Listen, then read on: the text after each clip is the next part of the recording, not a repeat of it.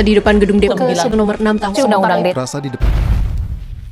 Welcome to our video. Let's begin. Hey guys, my name is Fanja Oftafia. People called me Fanja. My student ID is 811142156. Hi, I'm Indriana Firdaus. You can call me Indri. My ID number is H111421166. Hey guys, introducing myself. My name is Riki Julianto. People usually call me Riki or Julie.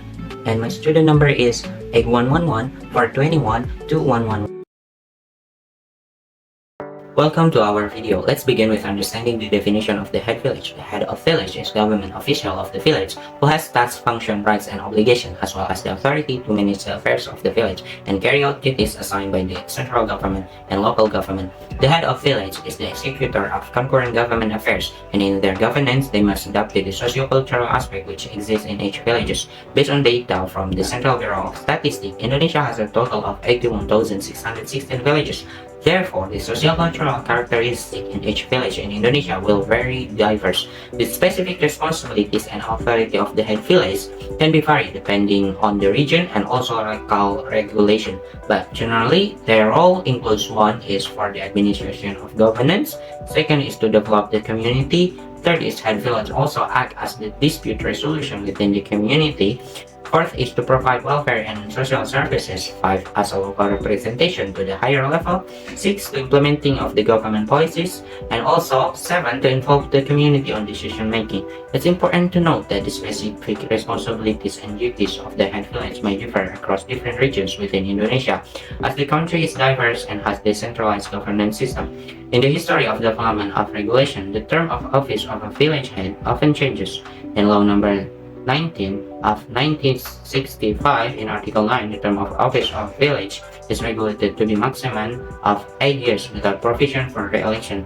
In Law number 5 of 1979, the term also 8 years, but they could be re-elected once more. In Law 32, 2004, the term of office of village head is 6 years and they can be re-elected for one subsequent term. And then 10 years later, in 2014, villages were given a special law, namely Law number 6 of 2014 concerning villages. Article 39 of the village law explicitly states that the term of office for a village head is 6 years and they can serve for 3 terms. If leadership runs smoothly, a village head can serve a maximum of 18 years. Such limitation like this is not only intended to provide certainty but also to prevent the abuse of power, because due to the head village staying in power too long. So let's move to the next topic, that is the regional revenue or income and expenditure budget, or as known as APBD. Is a one-year local government financial plan stipulated by regional regulations. So APBD consists of 3 main components, that is regional income, regional spending, and regional financing. In addition to the source income that I mentioned above, also obtain the other income from another regions in the form of the tax income sharing fund from province and other local governments in the other legal regional income. As an example, I'm going to compare the 2017 and 2016 budgets APBD overview. So regional income and expenditures in the 2017 has more increased compared to the 2016. The percentage increase in income was 1.9%, that is was higher than the increase in spending, which was only 0.5%. Move to the income composition. Nationally, it is divided into 3, that is local original income or PAD, lancing fund, and other local regional income. Next, we're gonna move to the composition of regional spending. Divided into 4, that is expenditure, capital expenditure, goods and services expenditure, and other expenditures. The total of APBD expenditure in 2017 amounted to 1,052.6 trillion. So in the next topic, we're going to move to the controversy of a term of office of the regional revenue and expenditure budget, or as known as APBD request. Lately, the head of villages throughout Indonesia held a demonstration at the House of Representative buildings. They demand a change in the term of the village chief office from 6 years to 9 years. The discourse on the revision of the village constitution number 6 years of 2014 actually wasn't new issues, because in the 2021, the judicial review towards this village constitution was carried out to the Constitutional Court, especially about the term of office. Then the demand was responded positively by House of Representatives or DPR. In fact, the legislation body and some members of the political party fraction in the DPR proposed that the revision of the village constitution become a priority national legislation program or PROLIGNAS in 2023. Then the constitution published adjustment number 42/PW 19/2021, which states that limiting the village head's term of office to 6 years with 3 terms of maximum is a constitutional rule. The demand of village head term of office must be seen from wide perspective, especially from the point of view of Indonesia as a democratic country. Regeneration of leadership is an absolute feature of democracy. When we're talking about updating the presidential to 9 years, of course, there are a lot of pros and cons to this. There are several reasons that make up why the term of office to village head can be extended. Why? The first one is by extending the territory of the village head to 9 years, it can provide longer leadership stability. This allows the village head to have more of the time to find and implementing long-term development program without being distracted by the frequent election process. Second, in a longer times of office, the village head can develop better experience and competence in managing the village, with more time to learn about local dynamic, interact with the community, and understand what village needs.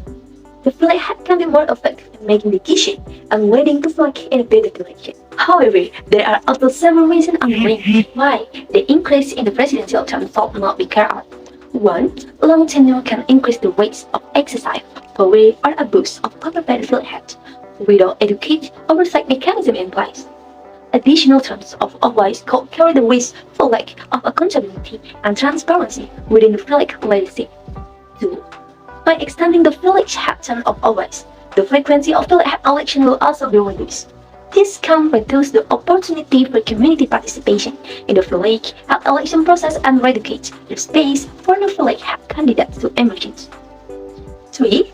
Change in village social, economy, and political conditions can occur in the support period of time than 9 years. In some cases, village head will hold office for 9 years may not be able to effectively adapt themselves to that change, so that village development is not in accordance with current and dynamic. 4. A term of office that is too long can disrupt the dynamic of democracy at the village level. Fewer village head election can reduce community participation in decision making and limit their opportunity voice, their interest. There are some suggestions that we offer in this regard, which we all might consider. 1. Involve the village community in making decisions regarding the addition of the term of office for the village head and increasing the village budget through village meeting and other participatory mechanisms. Listen to the aspiration and input of the community. 2. Evaluate the performance of the incoming village head before deciding to extend the term of office. 3. Ensure that there is a strong oversight mechanism in the use of the village APBD budget. Establish an independent and competent supervisory institution to examine and oversee village financial management. 4. Provide training and capacity, building to village head and relevant village officials in financial management and village development. 5. Include in a clear and detailed village development plan development project that will be funded through an increase in the village APBD budget. 6. Carry out regular evaluation and monitoring of the village management development support by the village APBD budget. Review the progress of development project, their impact on the community, and their level of success. The last one is building close cooperation with the central government and local government to support village development. With good collaboration, village can obtain additional support in the form of development programs that can improve the quality of life of village community.